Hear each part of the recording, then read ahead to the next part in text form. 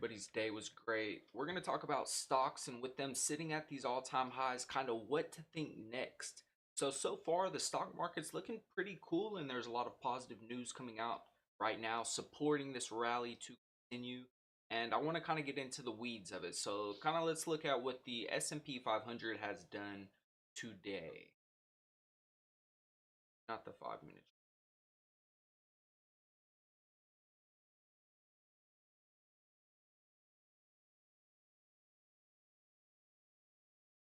So yeah, we rallied up in the market open and then we kind of sold off for the day and everybody's kind of sitting chill right now. We're still near these all-time highs within what like a percent and we're really in this YOLO, you only live once and buy the dip era for the stock market. Knocking on all-time highs, knocking on those doors leading to June almost being wrapped up in June, settling for a solid month for gains for the stock market after the sell in May news really didn't plan out the way everybody thought it would happen. So that didn't happen, and usually July is a good month for stocks. So we're heading into July, and there's a lot of optimism as we head that direction. So now, what's next? Because it seems the Israel ceasefire, Iran ceasefire thing is still in play. That's holding steady, although some people are skeptics as to whether or not that stays the same. And it goes back to the cake we discussed in yesterday's live stream. What were all of the main concerns? We're not going to go through the entire theory of mine, but at the base of the cake, the Fed, interest rates, inflation, economic data.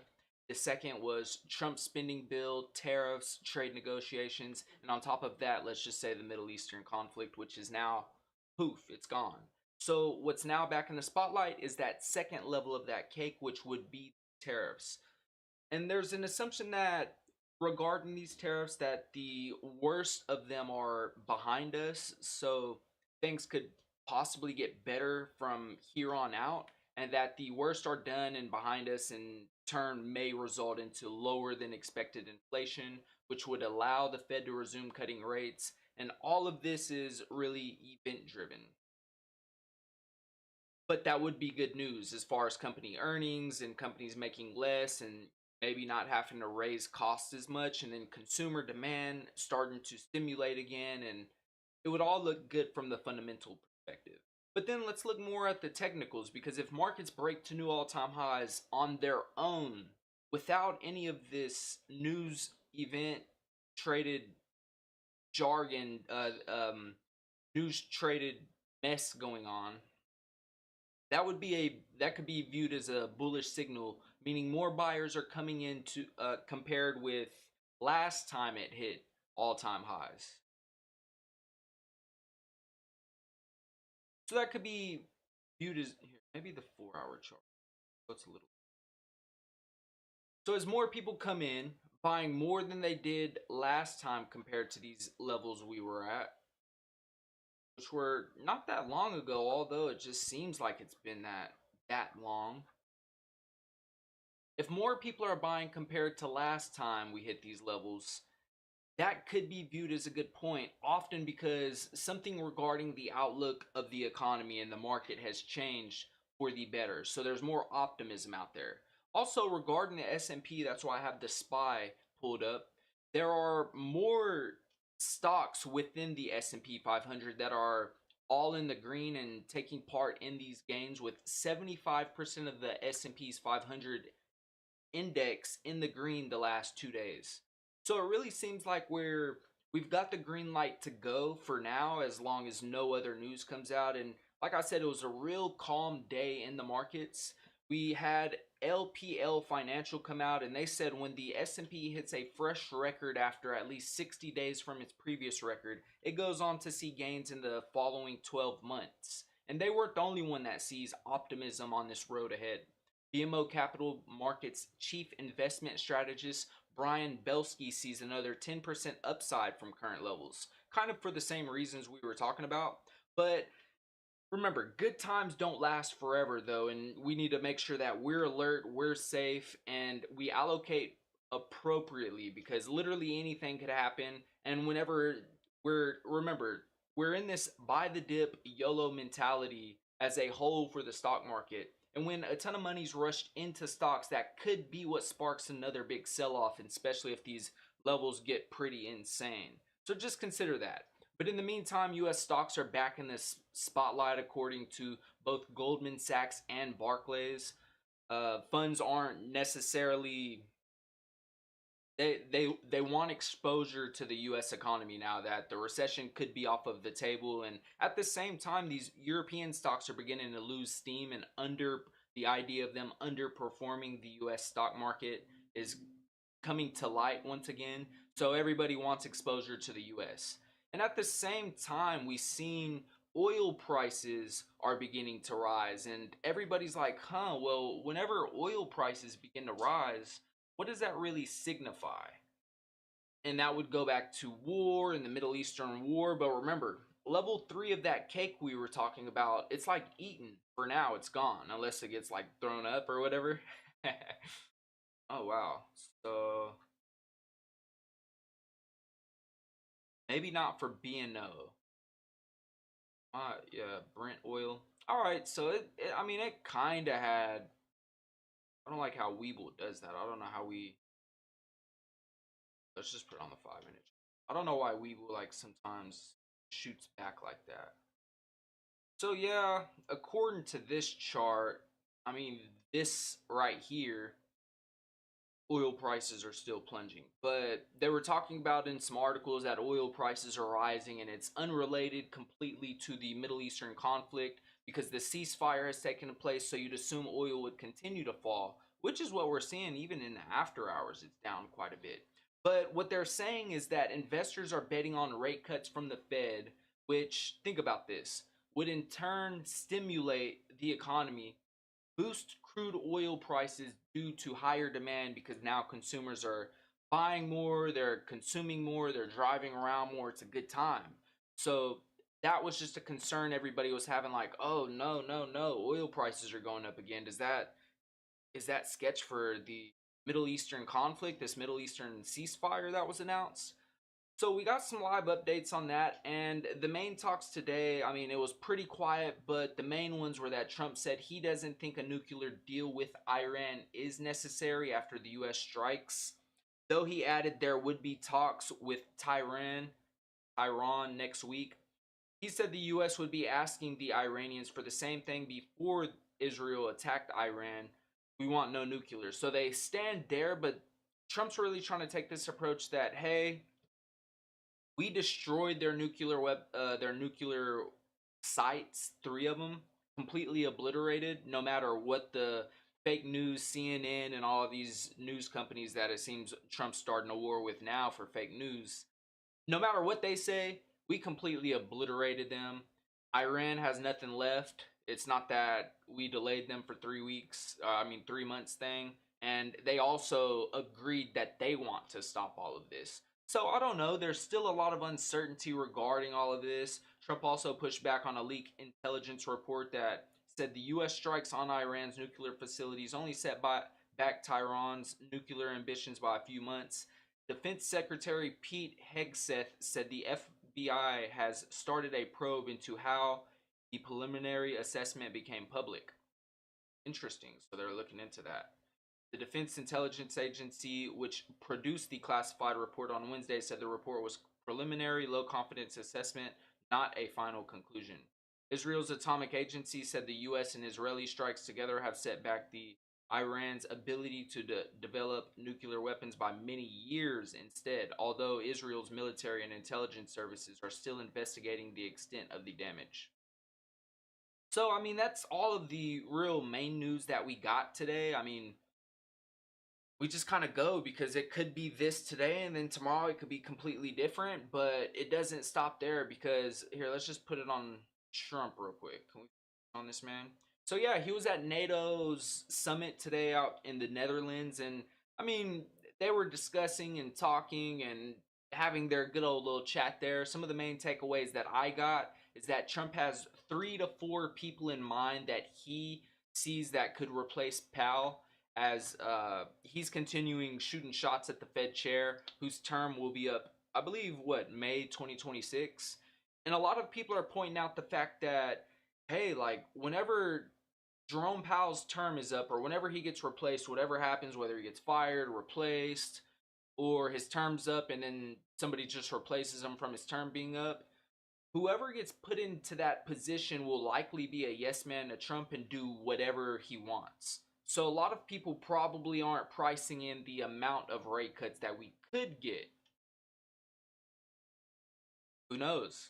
He also suggests that Spain may face tougher trade terms due to refusal to comply with the defense spending target of 5% GDP. So there's just another argument brewing. We could start adding more levels to this cake, but this man's just a wild card. He shoots shots at everybody. Nobody's safe. And I mean, no, like it's hard to really stand up to this guy unless you're Pal. Pal was shooting shots back today, and he suggests that, hey, like man, we would have been fine cutting rates looking in hindsight.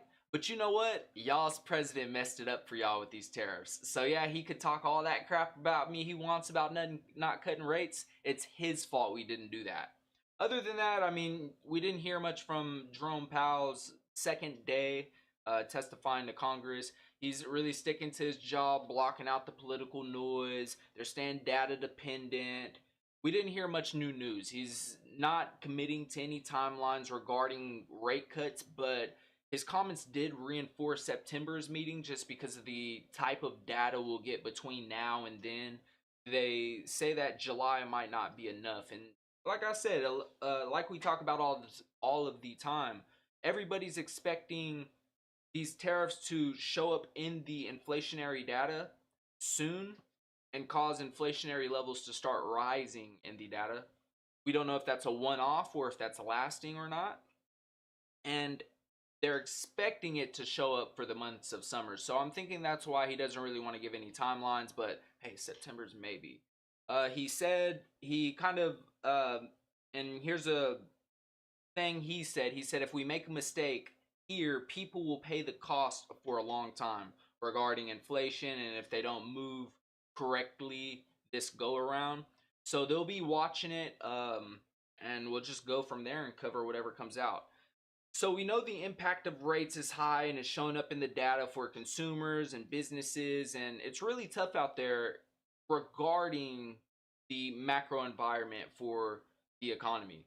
And one thing that rates really impact is the housing market. So we got some housing market data out today for new residential sales for May 2025. And some of the main takeaways I got from this is that sales for new single family homes fell 13.7% in May to a 7-month low. The regions that had the highest amount of decrease, so that contributed mostly to this decrease, was South for the first, and then the Midwest followed closely second. I'm here in the Midwest in Oklahoma, and we're seeing it. Like some people are starting to have trouble getting these homes sold. So that's just something to consider. So the home sales fell to 13.7% to 623,000. That is down from 722,000 in April. And that 623,000 that came in, we were expecting that number to come in closer to 695,000. So that's quite the miss, coming in by about 50,000 lower than expected in home sales for these newer homes. And these are brand new homes. Not a single soul's lived in it. They can offer price cuts, they can offer incentives, rate buy downs to get people to buy. Think about how tough it is for people with used homes that need work. Ugh. The data is volatile and it came with the 13.1% margin of error, so expect revisions in these numbers as the numbers continue to come out. The estimate for new homes for sale was 507,000, up 1.4% above the April estimate, and represents supply for about 9.8 months at current sales rates. So inventory is climbing and it's at the highest it's been since 2007. And considering this macro environment, a lot of people, including economists, expect to see further weakness in the housing market, which is ironic considering that usually when stocks are performing well, that like drips off into the other faucets of the economy. I don't know if that's the right word, but whenever stocks do good, people have like this wealth effect. Like they feel rich. Oh, like my retirement's up, my personal stock portfolios up. I'm doing pretty good. That increases their willingness to spend money, and then like real estate, like hey, they might cash out on some of their stocks and pay down their real estate, or they might go buy a new house that they've been living in for a while and they're just sick of living there, whatever the reason is. So I think it's just ironic, but at the same time, at the base of the cake that we've been talking about, it is the Fed, it is interest rates. Interest rates are high. Inflation was high, and because of inflation being high in the past, back closer to the pandemic, prices are still high. So prices are high. Prices are high. Financing costs are high, especially if you're buying like a $500,000 home at 7% interest rates. Like, pretty expensive. Like, you could sell your home right now, buy it back, and your payment would be more. So that's really restrictive for the economy. We don't know where we're really gonna go from here, but we'll keep on watching this, everybody. That's pretty much all of the news I've gotten. Let me double check and make sure there's nothing else breaking, because I mean today's just kind of quiet. And I think the stock market, like, yeah, we're hovering around these new all-time highs, but here, let's look at the stocks. But we don't know. We just don't know. We don't know what we don't know. What's brewing? Because who's to say we don't break these all-time highs? Oh wait, wow. Nasdaq 100 reached a new all-time high today. Interesting. And we were just talking about that. But I mean, like, we didn't like blow past it now. We're just like right there. Put this on the chart. Check it out. Yeah, we're like right there. This RSI right here. I mean, 67.21 on the RSI, right there above 70. Really overbought is what's saying as far as the momentum. Now, what I'm wondering is whether or not from here do we like hang around for a little bit. And I feel like if we hang around and just kind of trade in this consolidated pattern sideways, I don't know, that wouldn't be desirable in my own opinion, because from what I've seen, oh wait, a little bit. What I've seen when it does that, when it gets kind of stuck and it starts losing momentum, that's when that fall happened. And then at the same time, if it did shoot over a lot, I mean, that could cause a sell off, but I mean, we could bounce right off of this 541 line I got and then just keep on going, and it'll go into the data we were just talking about earlier that supports more buyers feeling good about the economy, new all-time highs, the fundamentals are looking better, assuming none of the other bad news starts surfacing regarding the tariffs. But I mean, today at the NATO summit, Trump was just saying like, Spain, man, tougher trade restrictions on y'all, man. It's gonna get tough for y'all. So that's just one example of one negotiation not going swiftly. Now let's just throw in all of the other ones that we're not really hearing on. So we're gonna keep on watching that, and look at this right here, the moving average. So this yellow line right here, we don't really care about the stock chart right now. Right here, what day was it?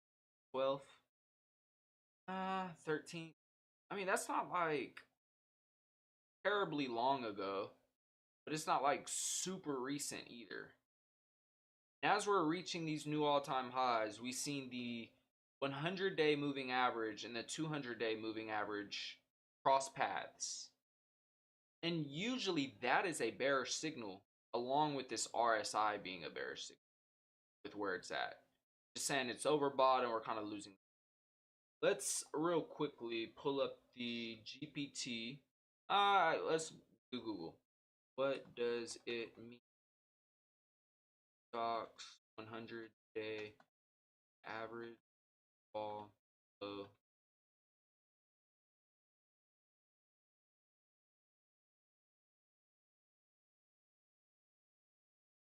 It's generally not interesting.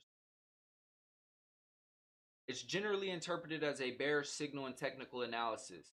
This specific crossover is a form of the death cross pattern, which indicates a potential shift from a bullish upward trend or neutral market sentiment to a bearish downward trend. It's often seen as a warning sign of potential price declines. It could signal a shift in market sentiment towards negativity and potentially encourage investors to consider selling or reducing their positions. But I mean, with it being like the 12th and the 13th, though, could that just go back to the Iran and Israel conflict that was going on? I don't remember what day that started on. It was like 12 days yesterday. So that's right in line. So with that being gone, we could see this cross yet again and then just continue trending up from there. Let's continue up on this. Let's just let's go through all of this. Moving averages are technical indicators used to smooth out price data over a specific period, providing a clear picture of underlying trends. A shorter moving average like the 100-day reacts more quickly to recent price changes, while a longer one like the 200-day offers a broader, longer-term perspective. The death cross 100-day MA crossing below the 200-day MA signifies the short-term price momentum is weakening relative to the long-term trend. It suggests that recent selling pressure is outweighing long-term buying pressure, indicating a potential downward trend. We already read the bearish implications, the lagging indicator. It's important to remember that the death cross is a lagging indicator. This means it confirms a trend after it has already begun rather than predicting future movements. The price has already experienced some decline before the cross occurs. It's not a guarantee, and use caution. So cool. And I believe this is around the time where that attack was announced and the conflict started brewing up. So with that behind us and the top of that, like that level of the cake being gone, I mean, since. But it does go back to what we were talking about with earlier with good things don't always last forever. They never last forever. And it's important to, just be appropriate right now with how you're allocating everything. Don't invest what you're not willing to lose. Remember, if like euphoria continues and people have fear of missing out and FOMO and this yellow trade and continuing by the dip, and somehow, like, I'm not saying it's going to happen, but let's say we ended up on like 650 somehow. Like, we went up $110, $120 tomorrow. Like, would that be sustainable? So that could cause a sell-off to happen, a really big sell-off where everybody wants to take the chips off the table at once. So maybe just like chill out on the margin. Like if you got extra money and like you want to take some risks in the stock market, I'd say a better idea right now is just get out of debt, pay off some of that high interest rate debt with these rates at these kind of levels they are. That's probably just a better idea. Make sure you got your emergency fund saved up 3 to 6 months. Really, if you got like a whole year of emergency fund saved up, and then like your staggering CDs, and make sure you got all your ducks in a row is what I'm at. I'm not calling for a stock market crash. I'm not calling for a huge stock market rally. I expect we're going to be hanging around these levels for a little bit until we get more further clarification on this Middle East ceasefire, tariff trade deals, big beautiful bill spending, and tax and spending bill, Fed, and interest rates. Those are the four things that I think the market wants more clarity. And we're not even talking about earnings season yet and how the consumer's doing and if the labor market ends up weakening. There's a ton of different moving pieces, but I'd say right now the main spotlight are now tariffs, because the ceasefires like ceased, like it paused. So that's okay. That's good as long as it stays there, although there's a lot of back and forth regarding that. So now it's back to trade deals and how well those go. So everybody, appreciate you hanging out with me today, y'all. I will be back tomorrow. Hopefully we got some more news to cover. This one was a pretty quick video compared to the last few, only 25 minutes on this one. Hope your day's great. I'll be back tomorrow, and everybody,